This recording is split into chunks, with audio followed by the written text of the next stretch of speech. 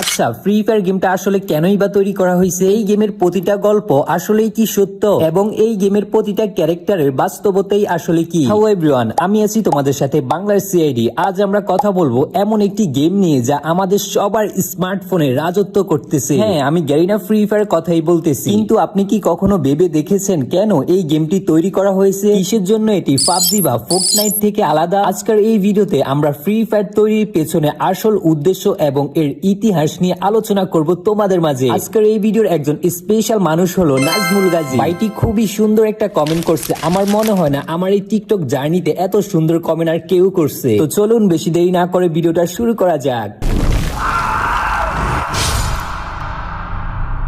সালটা ছিল 2017। তখন ব্যাটল রয়্যাল গেমের রাজত্ব শুরু হয়েছিল কেবল পাবজি এবং ফোর্টনাইটে। কিন্তু সমস্যা ছিল একটি, যাদের কাছে কম দামি বা লো ডিভাইসের ফোন ছিল তারা এই গেমগুলো খেলতে পারতো না। ঠিক এই সুযোগটি কাজে লাগায় সিঙ্গাপুর ভিডিও কোম্পানি গ্যারিনা। তাদের প্রধান লক্ষ্য ছিল এমন একটি গেম তৈরি করা যা বিশ্বের প্রতিটি কোনায় থাকা মানুষের হাতে সাধারণ স্মার্টফোনেও স্মুথলি চলবে। অর্থাৎ গেমটি তৈরির মূল উদ্দেশ্যই ছিল সবার জন্য গেমিং।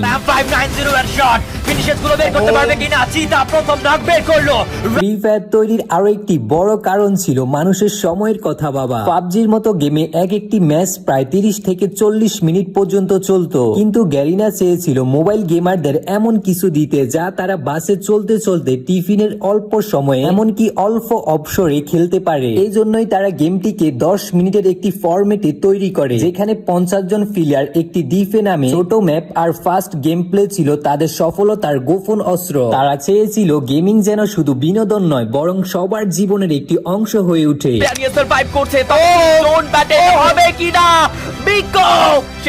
শুধু গেম বানানোই নয়, গেরিনা চেয়েছিল স্থানীয় সংস্কৃতিকে সম্মান দিতে। এই জন্যই তারা ডিজে অলক থেকে শুরু করে ক্রিস্টিয়ানো রোনালদোর মতো বিশ্ব সেরা তারকাদেরকে গেমে নিয়ে আসে। তারা চেয়েছিল প্লেয়াররা যেন গেমের ক্যারেক্টারের সাথে নিজেকে মিলাতে পারে। এই ইউনিক ক্যারেক্টার স্কিল সিস্টেমে ফ্রি ফায়ারকে অন্যান্য ব্যাটল রয়্যাল গেম থেকে আলাদা পরিচয় দিয়েছে। বুঝতেই পারছেন, ফ্রি ফায়ার কেবল একটি গেম নয়, এটি ছিল সাধারণ স্মার্টফোন ইউজারদের জন্য গেমিং দুনিয়ার দরজা খুলে দেওয়ার একটি স্বপ্ন। আজকে সেই স্বপ্নই বিশ্বের অন্যতম জনপ্রিয় গেম। আপনার কাছে ফ্রি ফায়ারের কোন বিষয়টি সবচেয়ে ভালো লাগে কমেন্ট করে আমাদেরকে জানাতে ভুলবেন না। ভিডিওটি ভালো লাগলে অবশ্যই লাইক করবেন, এমনকি চ্যানেলটি সাবস্ক্রাইব করে রাখতে ভুলবেন না। দেখা হচ্ছে পরবর্তী ভিডিওতে। আল্লাহ হাফেজ।